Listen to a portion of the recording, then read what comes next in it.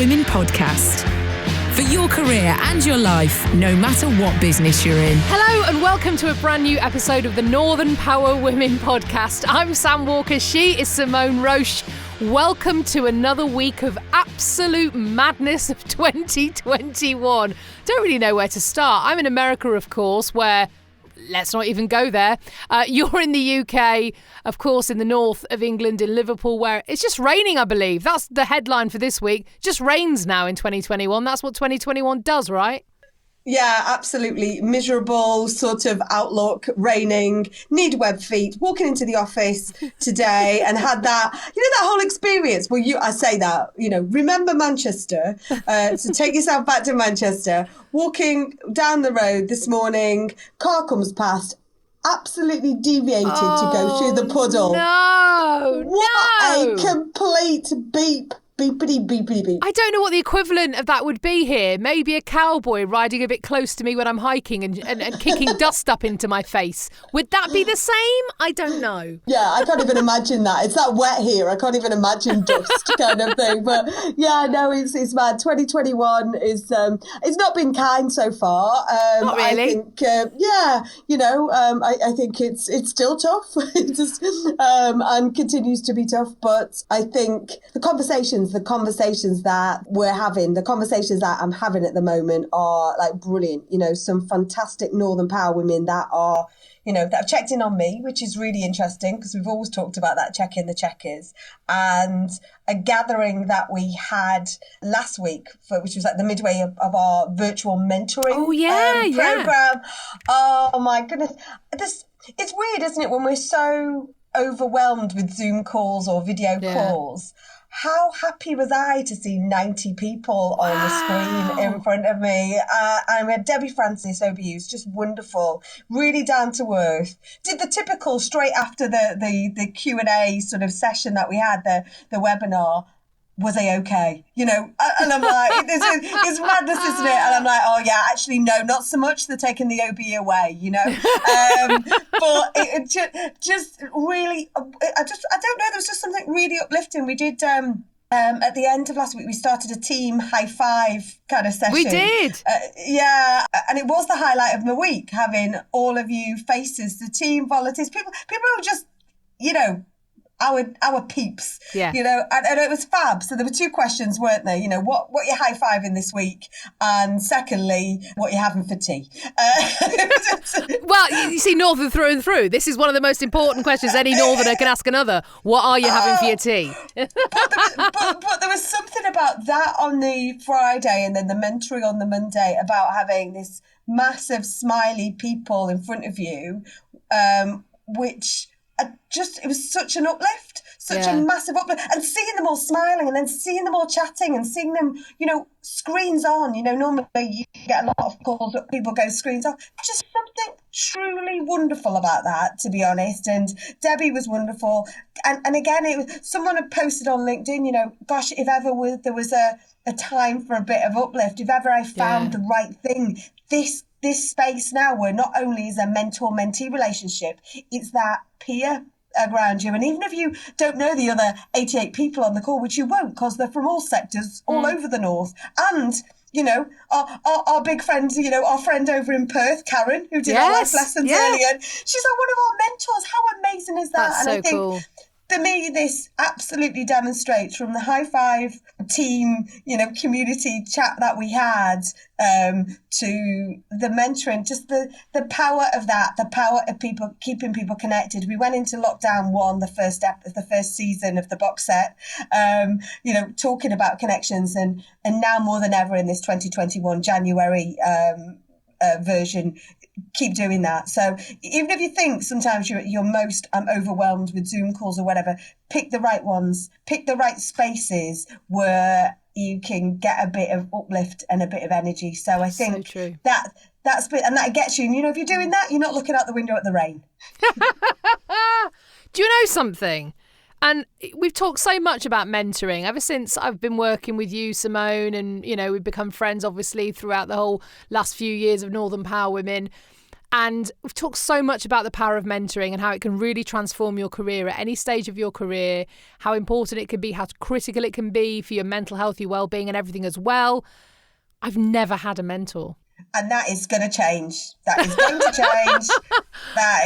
Because it's important. And it's important to, I've had a couple of conversations with some brilliant women, Emily Cox and Sue Douthwaite and Ruth Shaw in the last 3 or 4 days. And just having some of those conversations where it's a two-way, you're listening to them as to what you can help and support and vice versa. You have those informal kind of more mentoring or peer groups or tribes or whatever you want to call it. But there's something really important about having somebody that you can ask that career question, something that you may think, oh, I don't want to bother them or whatever. But what I found with this group as well is them asking out for questions for them. So they're not just saying, I'm imparting my advice. I'm going to get even more advice for you. So I think there is something really special. So we're gonna do that. So mentor for Sam Walker, award-winning journalist, Sam Walker.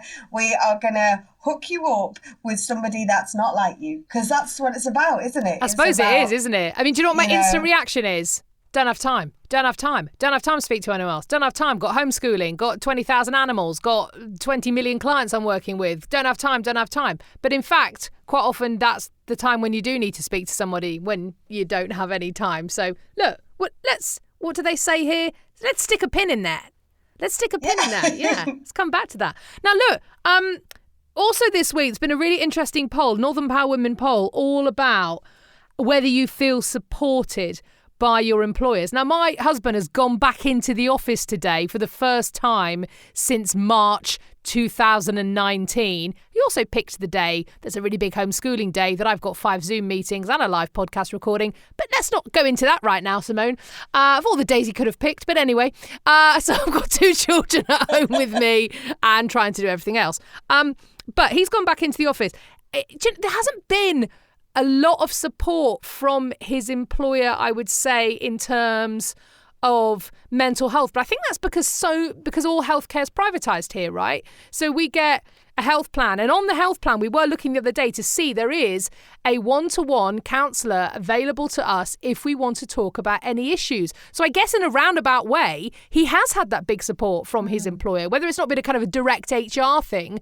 Front page of the health plan offered by his business, and it's a big company he works for, so you log on to that business page in the health plan, if you see what I mean, is, do you want support at this time for your emotional well-being? And I thought, that's really impressive that they put that front and centre of what they offer. It says, at no extra cost to you. Obviously, we're paying for healthcare, but you know what I mean. But, I mean, what did the poll say? What were people coming back with about, are they supported by their employer during this lockdown? Yeah, do you feel your employer is supporting your mental health whilst you're working from home /furloughed? 72% that are working from home said yes, they absolutely were. Wow, that's good. Yeah, 25% said no, and then 1% said they were if they were furloughed. So 1% if they were furloughed. And I think that's really interesting with furlough, because it's almost that out of sight, out of mind. But do you know what was really interesting? And this, it started as a work conversation. It's about work and your employer. Claire Gallery Strong gave a big sort of, high fives to the NDA, the Nuclear Decommissioning Authority, is doing us proud and putting people first, encouraged us to take long lunch times so we can get exercise in the daylight. I have to say, I've been doing that with my team as well. Get out in the daylight, get out, because there's something a bit demotivating about the short days. But then it got really interesting is, another post on there, I work from home and I know a few people are going through domestic abuse. They're not able to be productive. And then I got another comment here from, it's not the same, but I caught my landlord going through my bedroom drawers and in my paperwork the other day. So now I'm stressed when I go out, and they often come back to my post opened, so it's not quite, so I know it's not that, it's not related, there's nothing the employer can do about that, but that's something, I think it's something, it's that appreciation of what someone could be going through at home. And I say it's not something that an employer can deal with that, but actually it's sometimes just so many things going on, and what people are worried about. After what happened to me last year with a landlord here who threatened us, tried to sue. I mean, it was the most horrendous thing I've ever been through. Accused us of attacking him, accused us of attacking the gardener who came over, and eventually accused us of threatening his family, and said that he would, if he ever saw us again, use the Arizona open carry law and right to defend himself and shoot us. That was an interesting episode of my podcast. I make the podcast, of course, Sam Walker's Desert Diaries, about my move here to Arizona. But that, having to bundle my children into a car of someone I'd only known a couple of months, because I didn't know very many people here, to say, take my children away, because if this guy comes over now, I cannot have my children in the house. Because this man had a key to my house and would let himself in. And then to pack all my stuff up under police escort. And I know that's an extreme version, but starting with the landlord going through your post and looking through your things is horrendous. It is the worst feeling of violation. And as for domestic abuse, to know that you're not safe in your own home is just the worst. That's your sanctuary. It's the one place you should feel secure and safe. So, oh my gosh, my heart goes out to them, and I really, really hope they can get some help, because it's the worst. And exactly as you've said, there you are then on your next Zoom call, and someone's going, oh, why haven't you put your camera on? Put your camera on, put your camera on. And you don't know if that person's in a complete state because they've just found the landlord going through their stuff, or they've just had a huge row with a kind of angry, abusive partner. We don't know what is going on in people's lives, and I think it is so important to remember that. Good grief. Yeah. Absolutely, absolutely. I think it's just something that, and we have put out on social as well. If we can signpost, sort of don't be alone in this, or very much so, because it's just this is why we say, isn't it, that the para community, don't be alone. And I thought it was very, brave of her to put that out there as well. Look, before we get some life lessons going on in our life, I want to share one life lesson with you, Simone. I don't know if you have seen this quite extraordinary story, but how are you, Simone Roche, with passwords for things? When you go onto a website and it goes, enter your password, are you someone who can instantly recall that password, find it, input it, perhaps it's in your brain, perhaps it's on a keychain, or are you someone who has to reset password on things on a semi-regular basis? For sure. Same here. Just did it this morning. Reset password link. Yep, it's absolutely. So annoying, but we have so many now. And my husband, working in tech, always says, don't use the same password across all sites. And I'm like, that's all very well. When you've got 87 sites, how are you meant to remember everything? And then, so I try and have a little system where I use different numbers and different letters in sort of different, I use words and then numbers in different orders to try. And then it gets to it and I'm like, oh, it just doesn't work. And I think, so thank goodness for reset password, eh? So what about a man called Mr. Thomas? His name, Mr. Thomas, Stefan Thomas, to be precise. Now, he works, he's German, but he works in San Francisco. And a few years ago, he did a bit of a job for making a video for someone, like a big sort of corporate video. And it was all about cryptocurrency, okay, bitcoins. And he made this video for this company, and they paid him in bitcoins. They paid him 7,000 bitcoins, which was worth about $7,000 at the time. Okay, so it was a good chunk of money, but he was obviously doing pretty well in his business. He left it to one side and he didn't do anything about it. Now, he wrote the password for the crypto account on a piece of paper, Simone. A piece of paper. He subsequently lost the piece of paper. And what he's realised is that his Bitcoin account is now worth £175 million. I'm going to say that again. £175 million. Now, the way that this account is set up, there isn't a reset your password link. You have 10 attempts to put your password in, and then it is locked forever. He has currently got 2 chances left. Oh my God, that is the ultimate Who Wants to Be a Zillionaire, isn't it? Exactly. So next time you think you can beat yourself up over a brain fog, that it's a bit of a faff that you can't remember your password for Boots or whatever it might be, just Just remember Stefan Thomas in San Francisco. He's got 2 attempts left at 175 million quid. Someone's been in touch with him, actually, some big tech geek, saying that essentially, I'll do it for you. I can work it out for you, but it'll cost you 10%. You do it. I take it. You would absolutely take it. I know. So there you go. Just beware. Get your passwords down somewhere, because you never know. Oh, and how entrepreneurial of the tech. I know. 100%. He said it'll take me 6 months. Exactly. He said it'll take me 6 months, but I'll do it. I'm like, 17 million quid for 6 months' work. I'll do it. Thank you. Amazing. Right. Talking of lessons, let's get some more life lessons going on, Simone. Oh, we've got Jackie Wilkinson this week, who is a self-employed nutrition coach, and she has worked in science and safety for decades, but now she is standing up for the devastating health consequences of Britain's deteriorating eating habits. So Here's Jackie's life lessons. Hello, Northern Power Women. My name's Jackie Wilkinson. I'm self-employed in nutrition coaching. I speak to businesses and groups about eating well, run courses and work with people individually. What advice would you pass on to someone starting their career today? You might have a dream for your future, but you don't need a detailed plan, so relax about that. Opportunities will pop up all the time. Be flexible about which ones you'll take and which ones you'll leave. Some will be stepping stones to better things. Some will give you learning and development opportunities. All the while, you can be building a diverse network.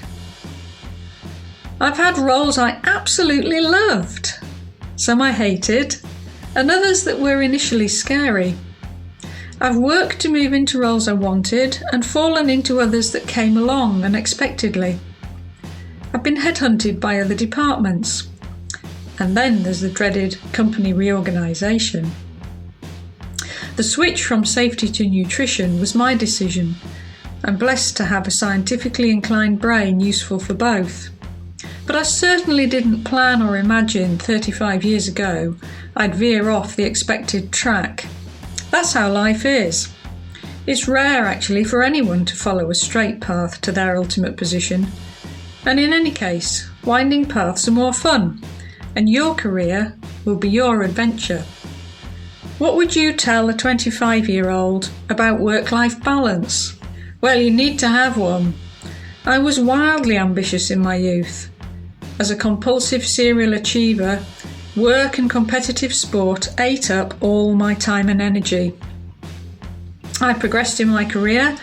I represented Great Britain in field archery, on and off for 21 years. Working on site, working away, training, travelling, competing, more working. It was relentless. I used to wonder what other folk did with their evenings and weekends, and what relaxing and messing about might feel like.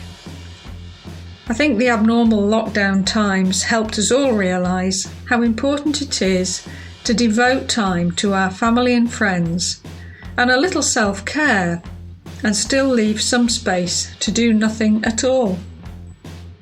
Tell us about a time you have had to be resilient. I didn't realise why at the time, but by following dietary advice I'd been given, I had about 10 years when I was overweight, tired all the time, hungry all the time, moody, miserable, often ill.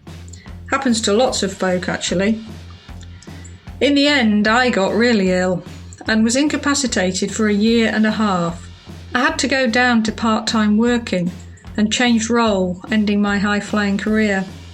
It was a long, difficult time, but I never gave up searching for solutions.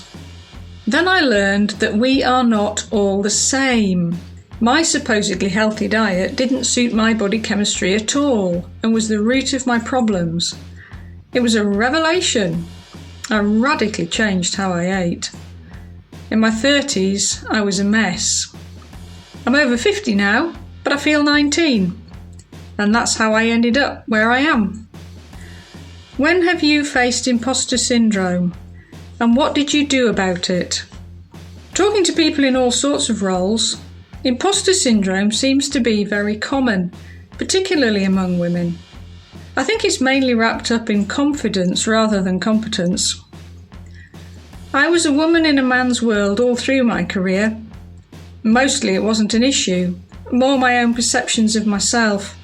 I remember thinking sometimes, if I can just keep doing this job, they won't know I can't do this job. How bonkers is that? I was not only female but also very young when I was first given a team to manage that included many men, some decades older than me. One of them in particular did not like it at all. I kept at it in a feel the fear and do it anyway sort of way, going onto plant to visit them often. 30 years later, we still chat if I bump into them in town. If imposter syndrome strikes you, acknowledge that it's uncomfortable, but crack on regardless and give your best. I bet you do a great job anyway. What's one piece of advice that has really stuck with you? Despite a life in science, I always wanted to write a book. It took me years and years. Succeed in Sport came first, then Survival Guide for the Skint. My Healthy Habits yearbook will hopefully be next. The advice that's made it possible came from a book on writing, William Zinsser's On Writing Well. It's short, simple, and applicable to many goals. It says, determination alone will lead to success. Thank you so much to Jackie Wilkinson. Do you know what I loved about some of the things she said there? I like the fact she said you don't need to have a plan for everything. You know, don't feel, and we've talked about this loads of times on this podcast, don't think at 22 you need to go, right, by 25 I'll be here, by 30 I'll be here, by 35 I'll be here. Because life doesn't work like that. You know, career is never a linear path. And she says to celebrate that, you know, sometimes going down the wrong path is as much a great, brilliant lesson that will come back to give you so much more later in your career than you ever imagined. I love that. I like the fact she casually dropped in that she represented archery, you know, Great Britain for archery for many, many years. Badass. I love that. And determination alone, she says, will lead to success. And I think, you know, cream rises is something one boss said to me at a radio station many, many, many years ago. Cream rises. And sometimes it feels like you're never going to rise up as much as you want to. And it's really frustrating. But keep on keeping on, I think, is her theme. I loved that. Yeah, I thought she had all of the things, you know, I think that we talk about a lot, you know, the work-life balance and the self-care. I think I'm trying to drum that in to myself. So I'm probably going to say it on every podcast for the first 3 months of this year, just to make sure that I do it. Because yes, absolutely. But yeah, I thought really, and what a journey she's had, hasn't she? She definitely needs to be writing that book. 100%. We'd love your life lessons, whatever you had to say. Please do get in touch. Send us an email, podcast@northernpowerwomen.com. We'll tell you what to do. It's dead easy. It'll take you 5 minutes and it's literally the favourite bit of everybody's week. So thank you so, so much if you do that. Look, before we head off into the sunset/drizzle, Simone, I've not had an update from your jigsaw world for some time. You became the queen of the jigsaw during lockdown 1 and possibly 2. What number are you on now? Who knows? 47. Are you still jigsawing? Well, I have to make full disclosure here. This very morning, I made the decision to bring a jigsaw into the office. Oh, come on, she's done it. I love that. But you know, we've talked about screen time a bit on this pod actually, and it was just a conversation I was having yesterday, and I thought it's really impossible sometimes it's not impossible, of course it's not impossible, but it's difficult to sometimes get away from your screen. Yeah. And I thought, we've got 2 desks in here because there's only me and Northern Power Man in here at the moment. We're only doing half day in the office and then going home, just have a bit of a break and you know, daylight and all that kind of thing. And I thought, right, I'm going to do it. And you know what? In one phone call today, I had a brilliant phone call and I did all the edges, you know? So... Come on, this is double win. These are the wins we're looking for in lockdown number 47. This is what we need to celebrate. So now, from now on, all of you now who have a phone call as opposed to a Zoom meeting with me, know I'm going to be on the jigsaw because... So next time you're on a call with Simone, just go, Mr. Bit, and then you'll know. You will know. Fantastic stuff. Simone, as ever, marvellous to speak to you. Thank you so much for listening as ever. The next episode of the Northern Power Women podcast is coming your way on Monday, January the 25th. Until then, I'm Sam Walker, she's Simone Roche, and the Northern Power Women podcast is a What Goes On media production.